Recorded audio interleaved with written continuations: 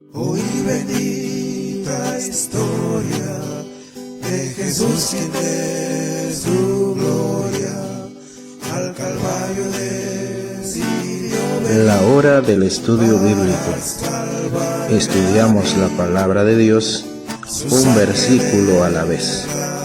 Gracias por acompañarnos. Comenzamos. Me dio victoria sin igual cuando me arrepentí.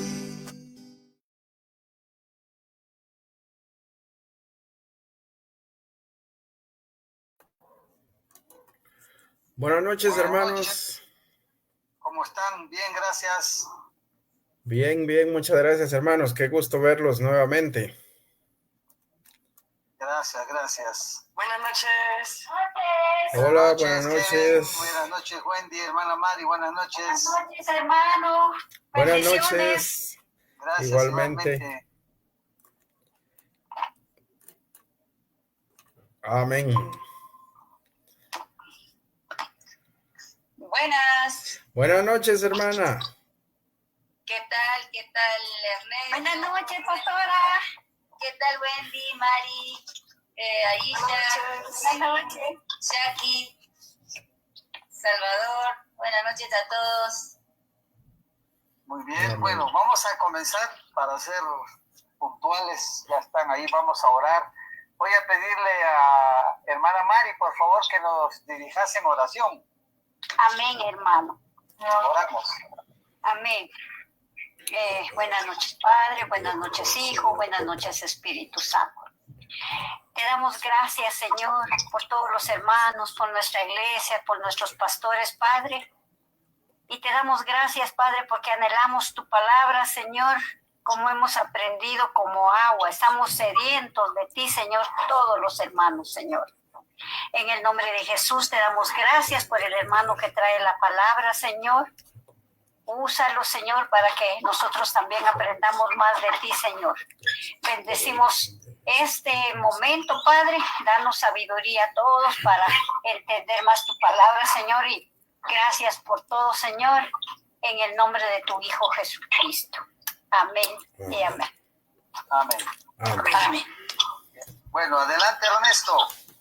Buenas noches, hermanos. Que el Señor les bendiga. Antes que cualquier cosa, quiero pedirles una disculpa, hermanos, por la semana pasada. Allá en San Juan, Zacatepeque, se están arreglando la carretera. Hay 2 puntos, hermanos, donde es algo que yo no había visto.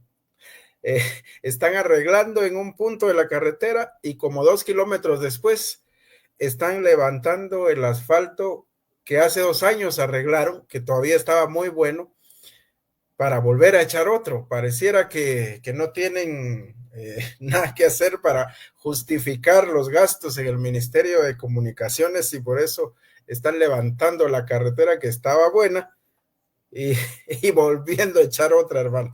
Entonces se hacen unas colas terribles, pero bendito sea el Señor. Hoy ya podemos estar aquí nuevamente, hermanos, para poder escudriñar lo que nos gusta, hermanos, que es la palabra del Señor. Hoy, hermanos, vamos a estar abriendo nuestras Biblias, por favor. Si son tan amables, hermanos, de abrir su Biblia en el Evangelio de San Juan o según San Juan, en el capítulo 8, por favor, hermanos. Hoy nos toca iniciar el capítulo número 8. Entonces, me dicen amén cuando lo tengan por ahí. Es necesario que tengamos nuestra Biblia abierta o encendida.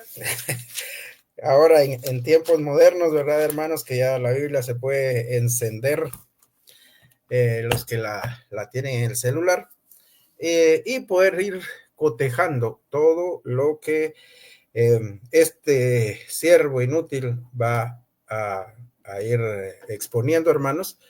Todo lo que usted escuche, váyalo cotejando con la palabra de Dios, como hacían los de Berea, hermanos, y con el apóstol Pablo lo hacían, y a él no le molestaba, hermanos. Entonces, los invito a que tengan abierta la palabra de Dios. Hoy iniciamos Juan capítulo 8.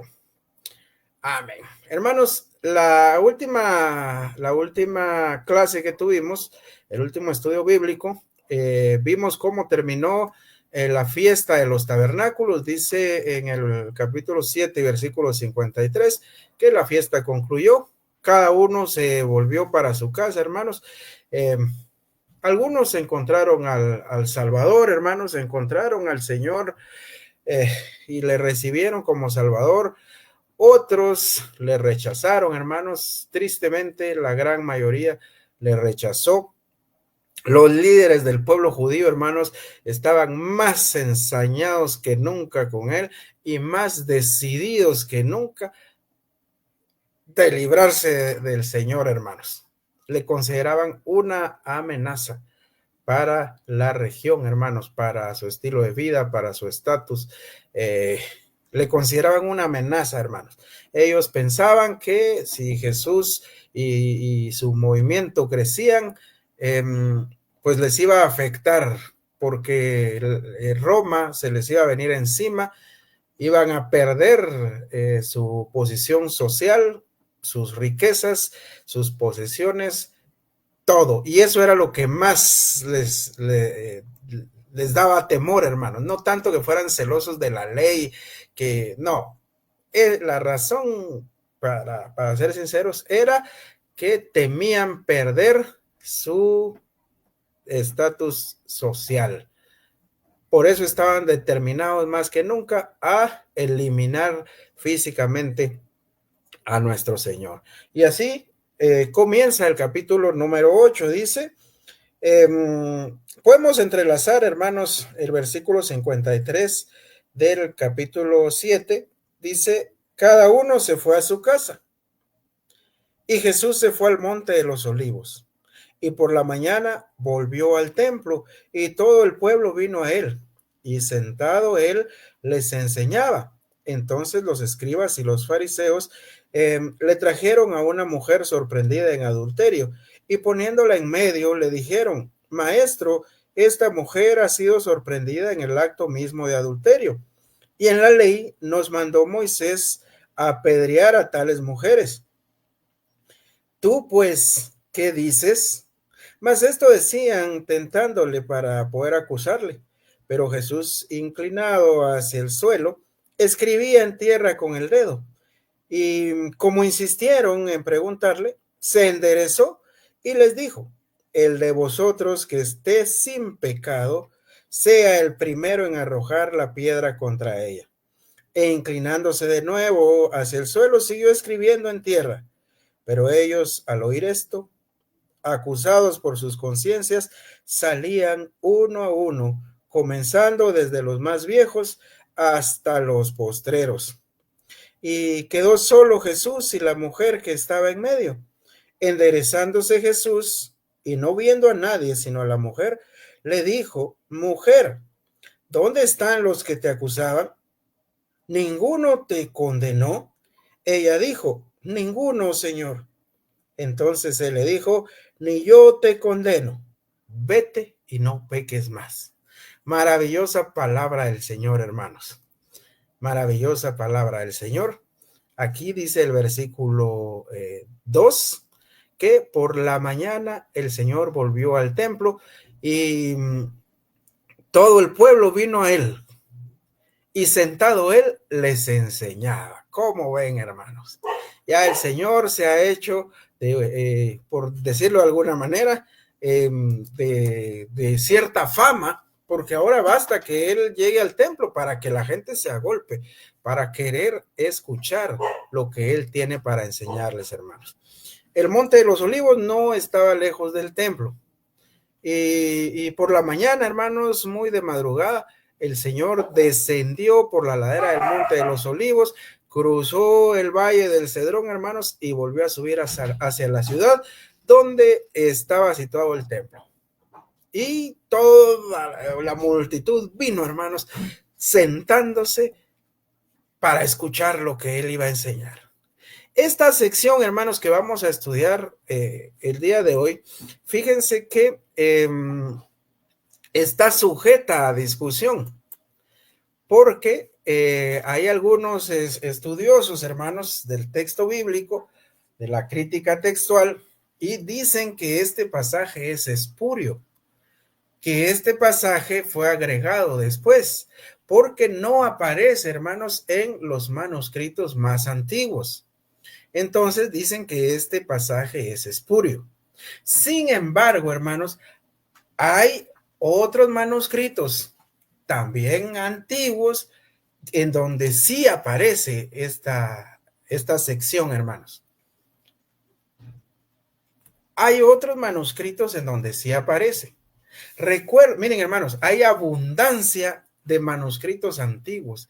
La vez pasada el pastor Salvador nos comentaba en la iglesia que son miles de manuscritos los que se han encontrado, hermanos, comparados con obras como la Ilíada o la Odisea, las obras de Homero, comparadas con los manuscritos bíblicos, es una diferencia abismal. El hermano nos hablaba de miles, creo que 19,000, o sea, son muchísimas copias, hermanos, muchísimas copias manuscritas.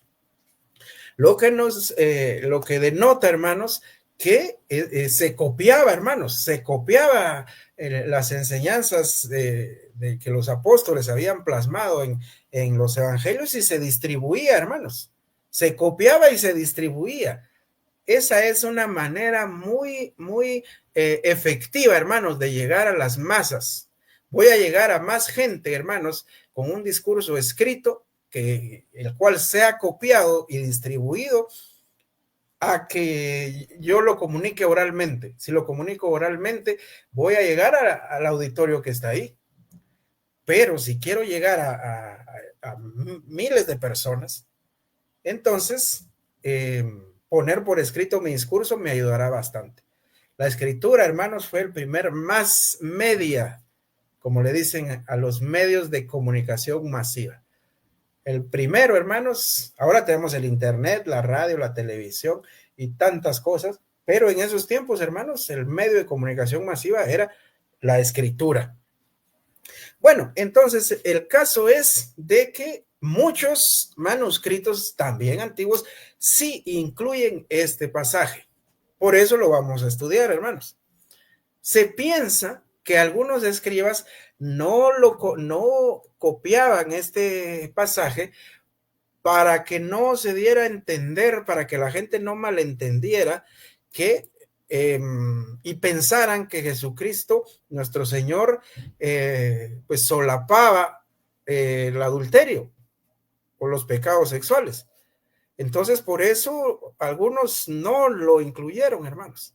Algunos escribas no, esto está muy fuerte, esto como que deja entrever que el Señor está de acuerdo o que el Señor no castiga el adulterio y tal vez por eso no lo incluyeron. Eso dicen algunos comentaristas, hermanos. Pero vamos a ver que no es que el Señor haya solapado, haya estado de acuerdo, no haya dicho nada en contra de este pecado de adulterio, no.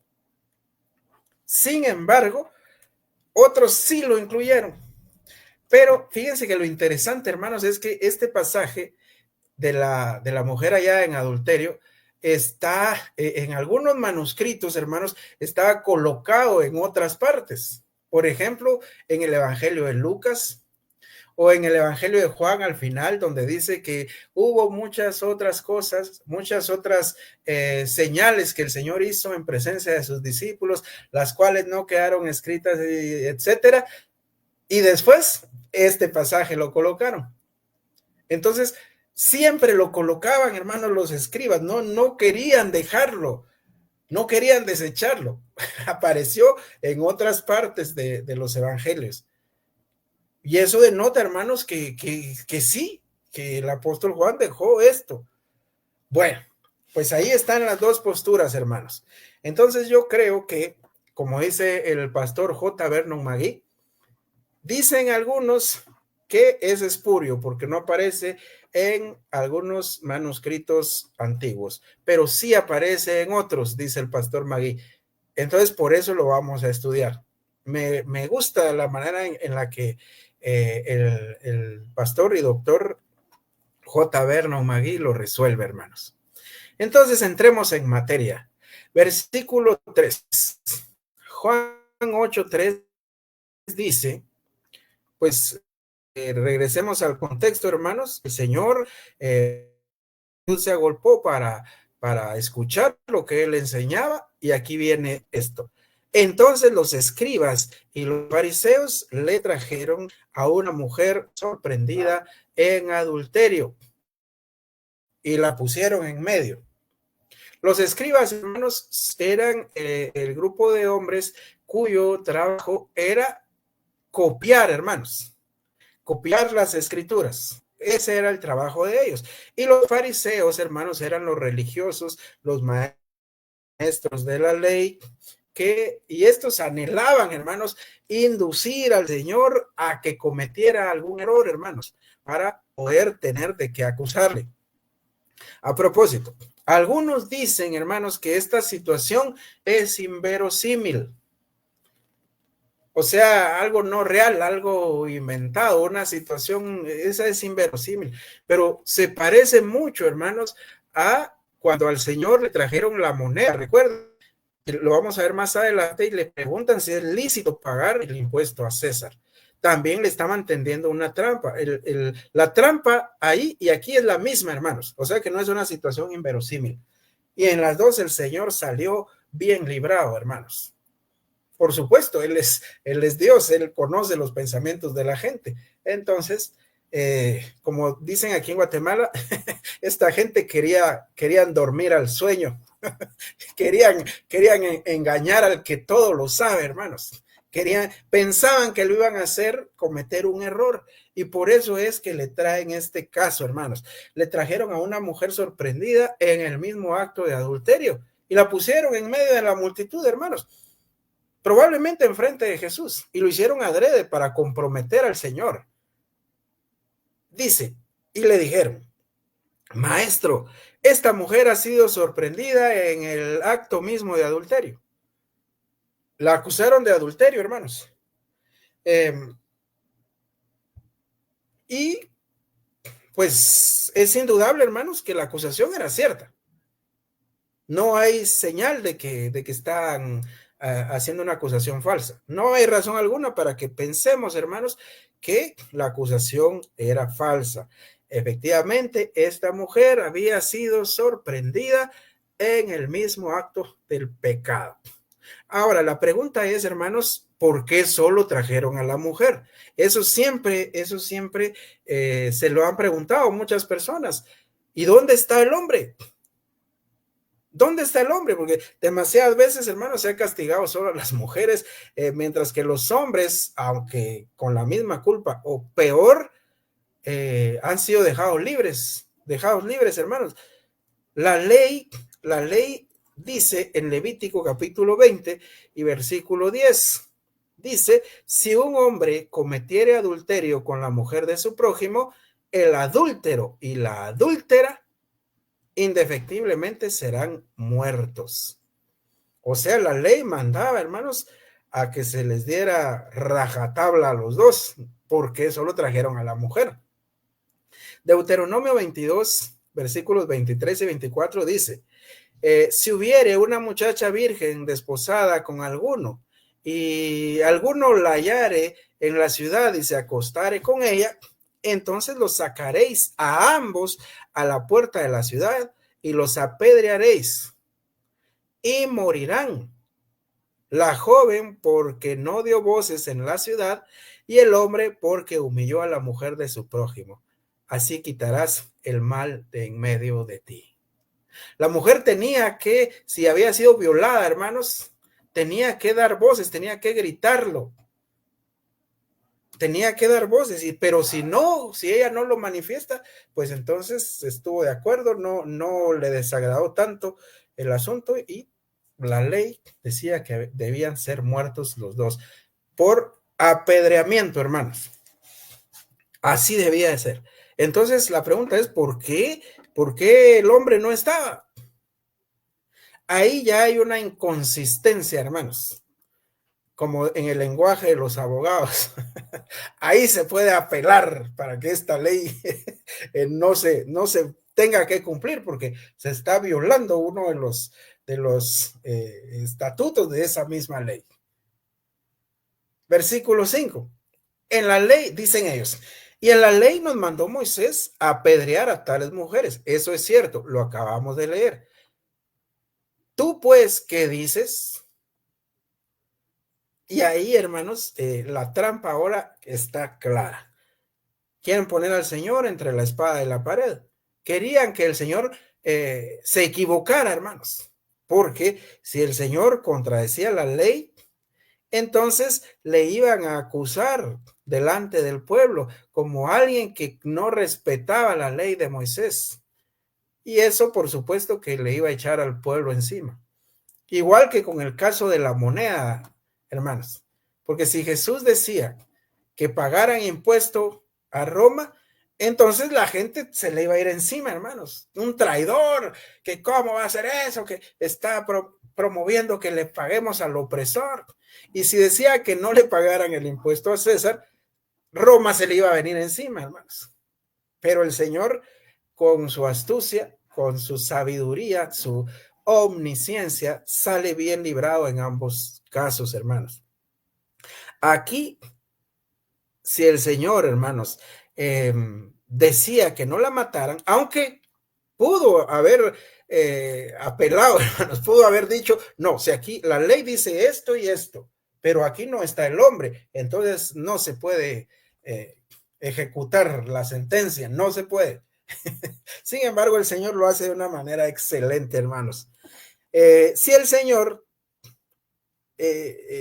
cometía un error, hermanos, los fariseos, esa era la esperanza que tenían, hermanos.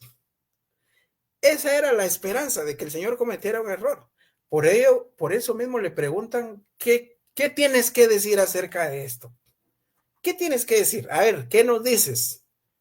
¿Qué? Pero miren, ellos pensaban, hermanos, que ya tenían la sartén por el mango, que ya tenían al Señor entre la espada y la pared. Si el Señor decía que la dejaran libre, entonces estaba quebrantando la ley. Si el Señor decía que la ley dice que la ejecuten, entonces ejecútenla, entonces se le acusaría de falta de misericordia, hermanos. Y no que Él es misericordioso, entonces ellos tenían la esperanza, hermanos, de que el Señor cometiera un error aquí. Entonces, así fue como pensaron que iban a cometer un error al Señor. Miren, hermanos, es triste ver cómo el corazón depravado del ser humano siente consuelo, hermano, siente algún tipo de tranquilidad, si solo puede encontrar a alguien a quien pueda decir, yo soy pecador, pero este está peor que yo. Yo soy pecador, pero yo no fumo, no tomo, no hago esto, no hago lo otro, no robo, no mato, no. Y siempre decir, hay otro peor que yo. Y esa, hermanos, esa es la excusa de la gran mayoría. Se consuelan a sí mismos, hermanos, pensando que hay otro pecador mayor que ellos. Y así estaba esta gente, hermanos.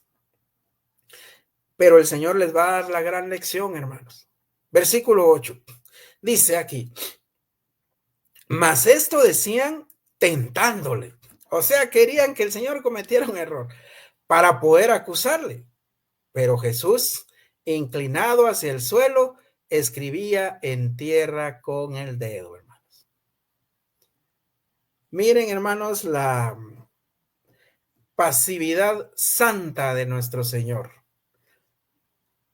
Visualicemos en nuestra mente la escena, hermanos. Él está enseñando, la multitud escuchándole, cuando vienen y le tiran a la mujer ahí en medio de donde él está dando el discurso y le ponen en esta situación.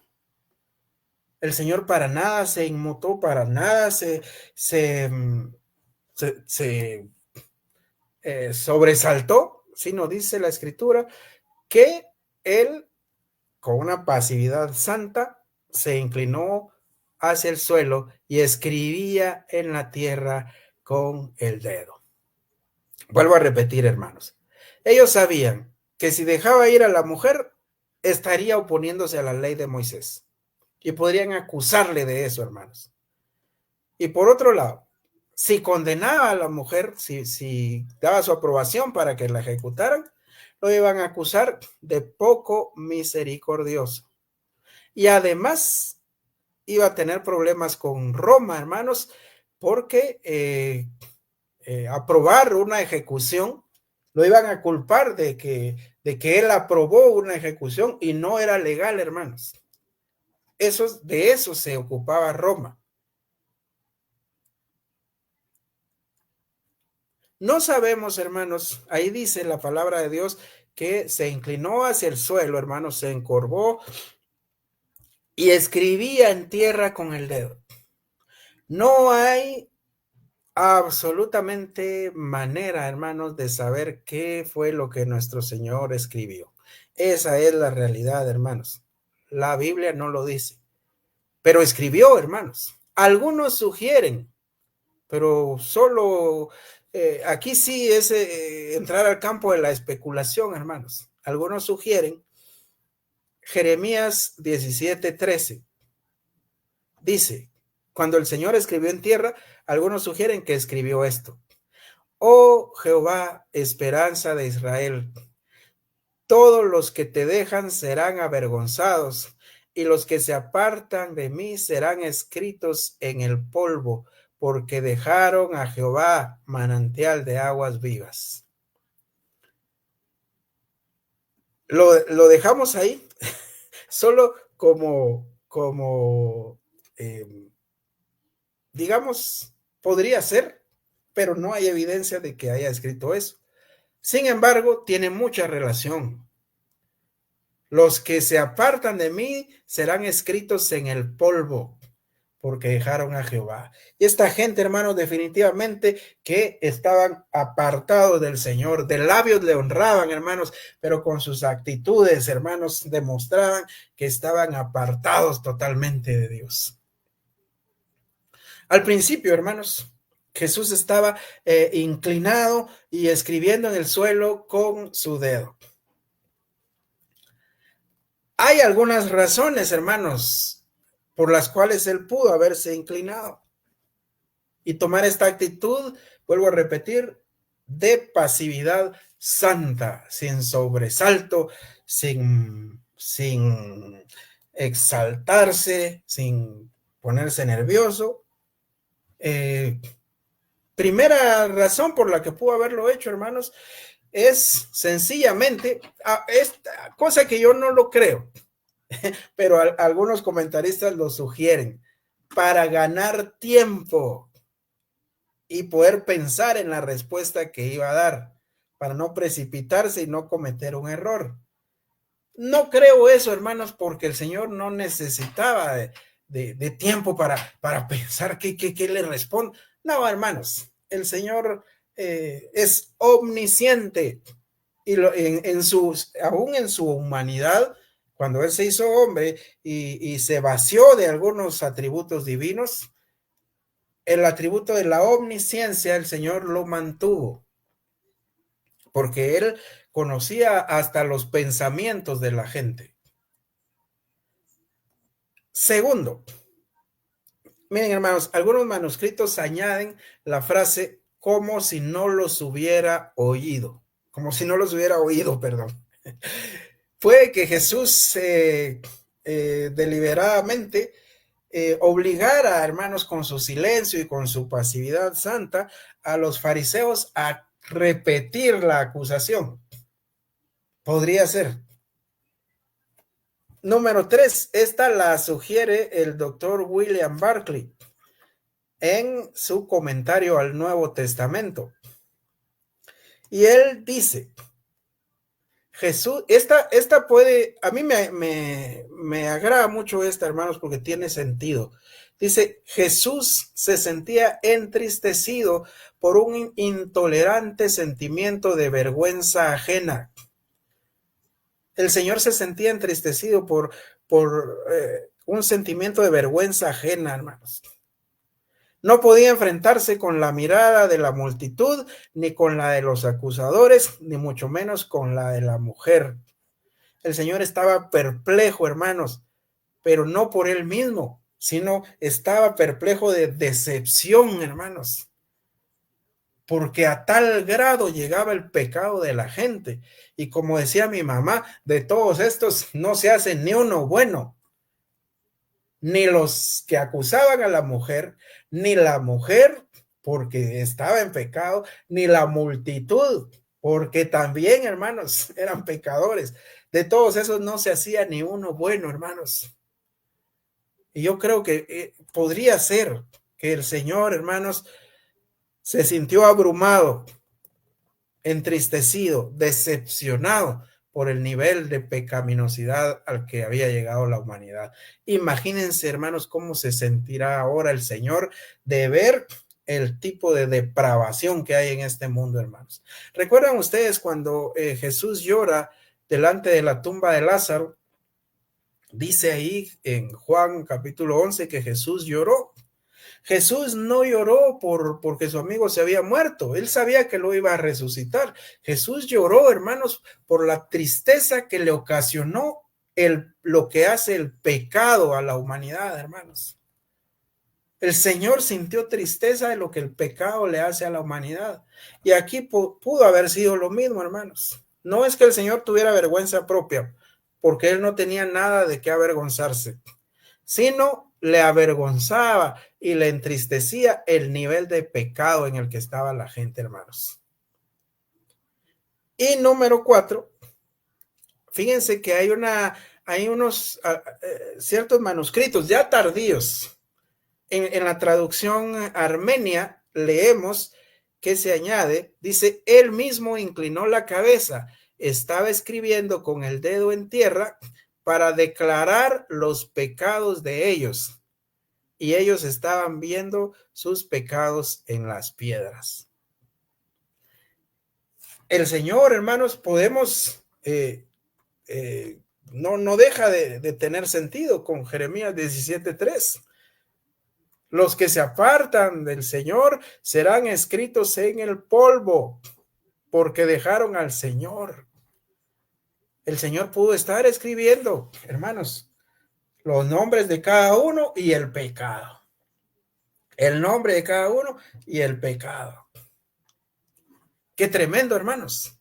Qué tremendo, porque los acusadores ser confrontados con su pecado, hermanos. Muchos de ellos, hermanos, probablemente, muchos de los que estaban ahí acusando a esa mujer sucia, adúltera, pecadora, tal vez habían estado con ella, hermanos, o con otra, cometiendo el mismo pecado, pero en secreto. Muchos otros, hermanos, tal vez lo habían deseado en su mente, lo habían maquinado. Recuerden lo que dijo el Señor, hermanos, basta solo con pensarlo para que ya sea, hermanos, pecado de adulterio.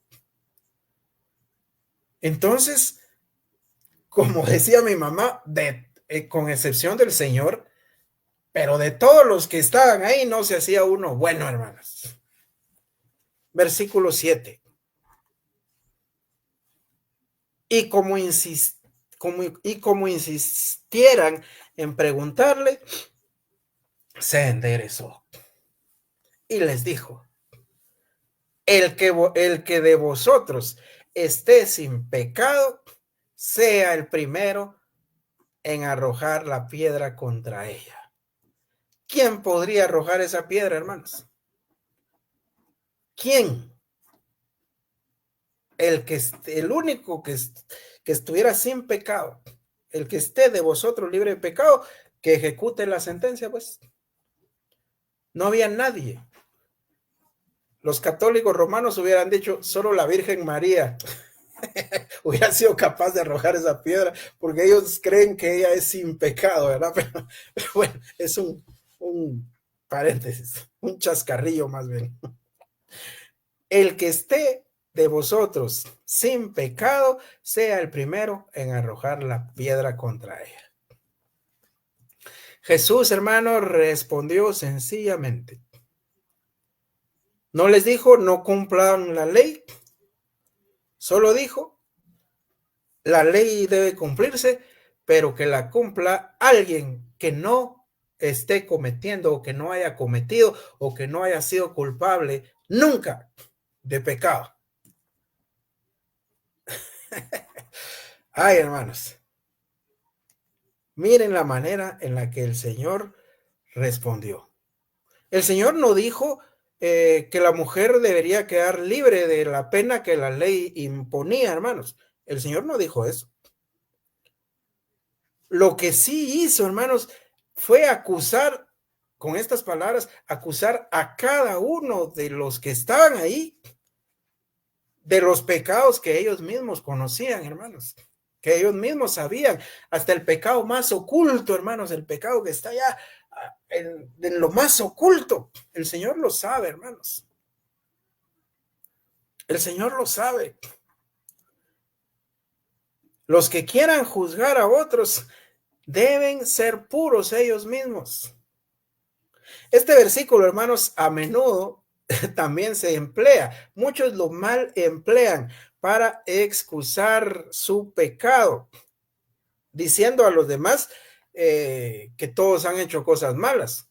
Todos dicen, al que esté libre de pecado, que me condene, pues usan este versículo para justificar también su pecado, cosa que es incorrecta, porque este versículo no excusa el pecado, hermano, no lo solapa. Lo que hace es condenar a los culpables, los que han sido descubiertos y los que no hayan sido descubiertos, culpables en secreto, hermanos. Repito, este versículo no debe ser usado para excusar el pecado, aduciendo de que como los demás también pecan, entonces yo también, entonces que nadie me condene. No, este versículo no lo excusa, no lo solapa, sino este versículo lo condena, condena el pecado y condena a los culpables, hermanos. Lo que hace este versículo, hermanos, es dejar en evidencia la depravación total, hermanos, de la humanidad. No hay justo ni aún uno. Todos pecaron, todos están destituidos de la gloria de Dios. Gracias al Señor por mandarnos a Jesucristo para que todo aquel que en Él cree no se pierda, sino tenga vida eterna. Si no, ¿qué haríamos, hermanos? Si no, ¿qué haríamos? Versículo 8. E inclinándose de nuevo al suelo, siguió escribiendo en tierra. Solo les respondió, el que esté libre de pecado, que lance la primera piedra. Solo respondió y volvió a escribir en tierra, hermanos. Dicho sea de paso, hermanos, estas son las únicas dos veces en las que en la Escritura se hace alusión a que nuestro Señor Jesucristo escribió algo. Amén. Cuando alguien dice, Jesús nunca escribió nada, escribió en tierra, pero escribió. ¿Recuerdan, hermanos, cómo escribió Dios los mandamientos? ¿Cómo dice en el Éxodo que los escribió? Fueron escritos por el dedo de Dios, hermanos. ¿Recuerdan? Nuestro Señor escribió, hermanos. Nuestro Señor estaba ahí en el Sinaí, hermanos. Nuestro Señor Jesucristo habló con Moisés en su preencarnación. Ahí en Éxodo 3 dice el ángel de Jehová. Y es el Cristo preencarnado. Es nuestro Señor Jesucristo, hermanos, que es Dios mismo. Pero ese es otro tema, no nos vamos a desviar. Pero el Señor sí escribió, hermanos. Dios mismo, nuestro Señor Jesucristo, que es Dios, escribió. Y el Espíritu Santo inspiró a los santos hombres de Dios para que escribieran. La Trinidad, hermanos. La Trinidad interactuando. Versículo 9. Dice, ellos, al oír esto, acusados por su conciencia, salían uno a uno, comenzando desde los más viejos hasta los postreros. Esto quiere decir hasta los más jóvenes, los más patojos. Y solo quedó Jesús y la mujer que estaba en medio. Ellos se sintieron acusados, hermanos. Sabían, hermanos, que habían de una u otra manera cometido el mismo pecado por el cual querían lapidar a esa mujer. Tal vez no de hecho, hermanos, tal vez no todos de hecho, pero sí con la mente. Es imposible no pecar con la mente, hermanos. Y comenzaron a irse, hermanos. Ya me imagino, ¿ha visto usted en las películas, hermanos? Han visto todos con la piedra en la mano y cómo esas piedras comienzan a ser soltadas, hermanos. Comienzan a caer. Una por una. Y todos retirándose. Mejor me voy antes de que me digan qué fue lo que yo hice y no vaya a ser que aquí el apedreado vaya a ser yo. Y el apedreado vaya a ser otro. Mejor me voy. Y todos se fueron, hermanos. Solo, ahí dice que solo quedó nuestro Señor con la mujer. ¿Dónde están los que te acusaban? Enderezándose Jesús y no viendo a nadie, sino la mujer le dijo, versículo 10, mujer, ¿dónde están los que te acusaban? ¿Dónde están los que te acusaban? ¿Ninguno te condenó? ¿Ninguno te condenó? Por supuesto, ninguno puede condenar, hermanos, porque nadie está libre de pecado. El Señor Jesucristo, hermanos, con su maravillosa gracia, observó a la mujer que aquellos acusaban, hermanos, ahí humillada, desvanecida, indefensa.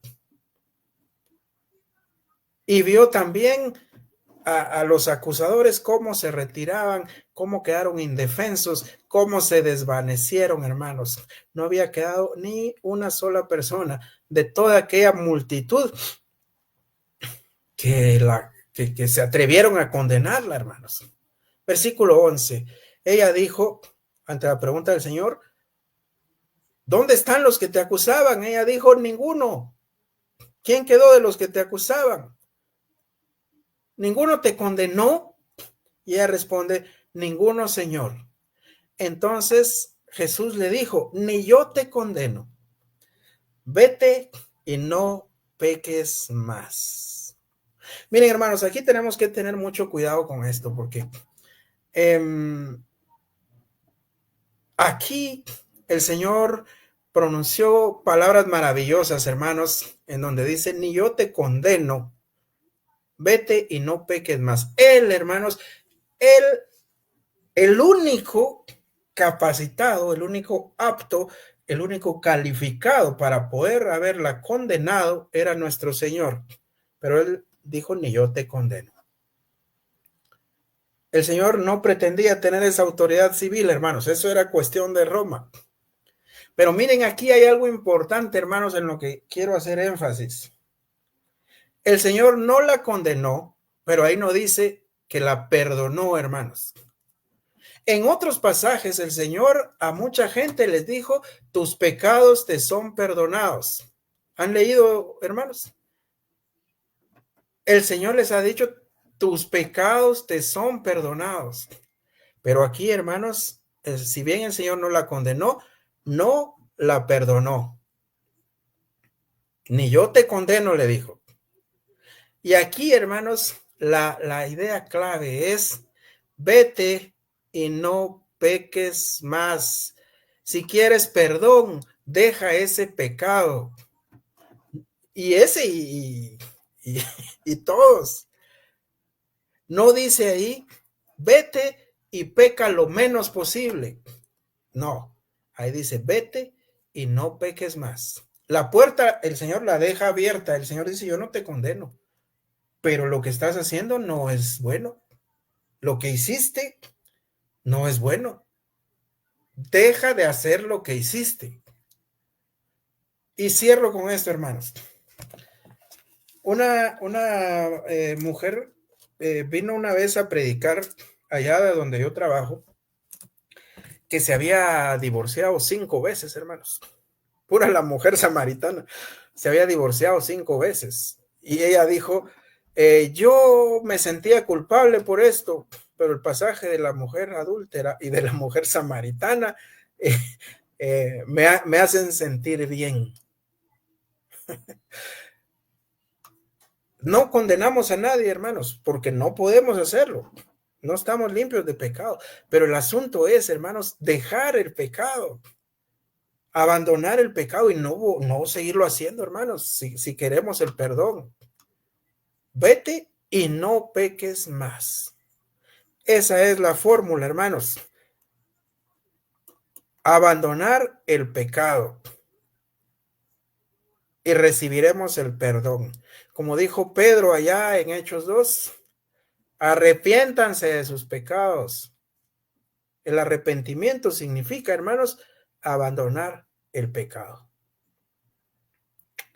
Amén. Terminamos con esto, hermanos. Muchísimas gracias por su atención. Muchísimas gracias por acompañarme en la noche de hoy en el estudio. Y si alguien quisiera agregar algo, este es el momento en el que pueden abrir sus micrófonos. Dios les bendiga, hermanos. Gracias, Ernesto.